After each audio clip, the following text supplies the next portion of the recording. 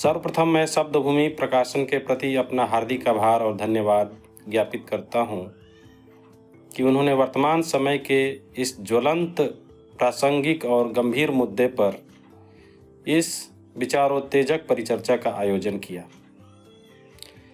ऐसे समय में जब मीडिया की साख पर चौतरफा सवाल उठ रहे हैं, इस विषय पर बात करना बेहद साहसिक और स्वागत योग्य कदम है। आदरणीय साथियों, आज संपूर्ण वैश्विक सूचना तंत्र एक ऐसे वैचारिक संकट से गुजर रहा है जिसे सत्योत्तर काल यानी पोस्ट ट्रुथ एरा कहा गया है। इस नए दौर की सबसे बड़ी विडंबना यह है कि यहाँ जनमत के निर्माण में वस्तुनिष्ठ तथ्यों और वैज्ञानिक तर्कों की भूमिका अत्यंत गौण हो गई है, जबकि इसके विपरीत व्यक्तिगत भावनाएं, पूर्वाग्रह और संकीर्ण आस्थाएं अत्यधिक प्रभावी होकर उभरी। भाषा और विचार के इस संक्रमण काल में हिंदी मीडिया के सामने अपनी साख और विश्वसनीयता बचाए रखने की एक अभूतपूर्व चुनौती खड़ी है। सत्योत्तर काल में सत्य का विलोम केवल झूठ नहीं है, बल्कि सत्य के प्रति एक पूर्ण उदासीनता है। जब समाज तथ्यों की खोज करना बंद कर देता है, तब सामूहिक विवेक पूरी तरह नष्ट हो जाता है और भाषा केवल भ्रम फैलाने का साधन बन जाती है।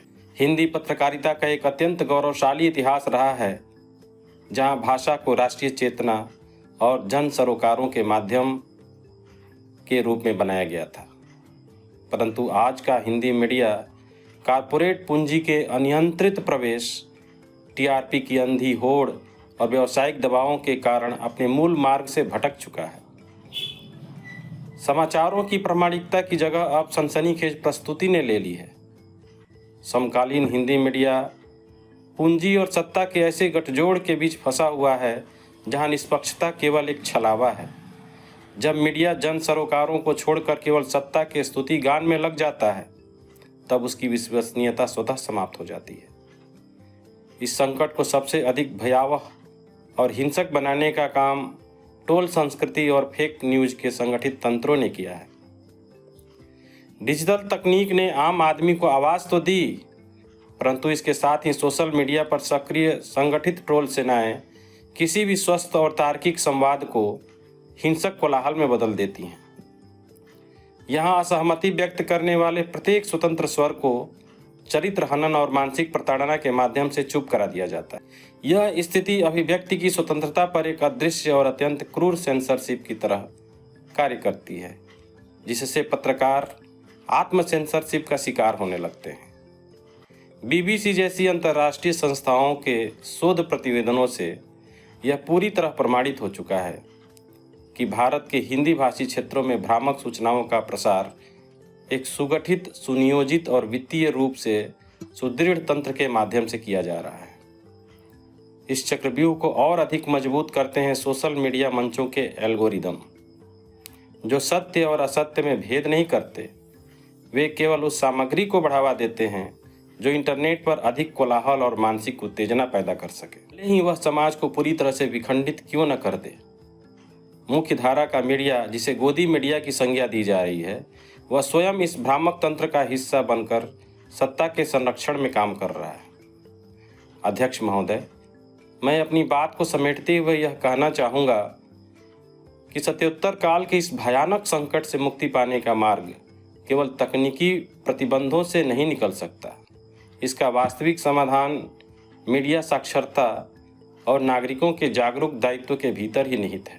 डिजिटल युग में मीडिया साक्षरता कोई विलासिता नहीं, बल्कि नागरिक स्वतंत्रता को बचाए रखने का अनिवार्य सुरक्षा कवच है।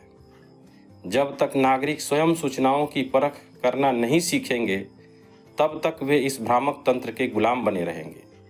हिंदी मीडिया को यदि अपना भविष्य और अपनी खोई हुई साख वापस पानी है, तो उसे वैचारिक तटस्थता की बुनियादी भूमि पर वापस लौटना होगा। पत्रकारिता का भविष्य इस बात पर निर्भर नहीं है कि उसके पास कितनी आधुनिक तकनीक है, बल्कि इस बात पर है कि संकट के समय भी वह सत्ता के सामने सच बोलने का कितना नैतिक और अदम्य साहस अपने भीतर बचाए रख पाती है। जब तक समाज में संदेह करने, प्रश्न पूछने और व्यवस्था के झूठ के सामने असहमति दर्ज कराने का साहस जीवित रहेगा, तब तक सत्योत्तर काल का यह भ्रामक चक्रव्यूह लोक चेतना के प्रकाश के सामने टिक नहीं पाएगा। अंत में मैं इस सभागार में उपस्थित आप सभी आदरणीय श्रोताओं, प्रबुद्ध प्राध्यापकों और प्रिय शोधार्थियों को हृदय से अत्यंत धन्यवाद ज्ञापित करता हूँ, जिन्होंने मेरे इस वक्तव्य को इतने धैर्य, एकाग्रता और आत्मीयता के साथ सुना। आपके इस जुड़ाव ने इस विमर्श को सार्थकता प्रदान की है। एक बार पुनः आयोजक मंडल और आप सभी सुधीजनों का बहुत बहुत आभार और धन्यवाद। नमस्कार।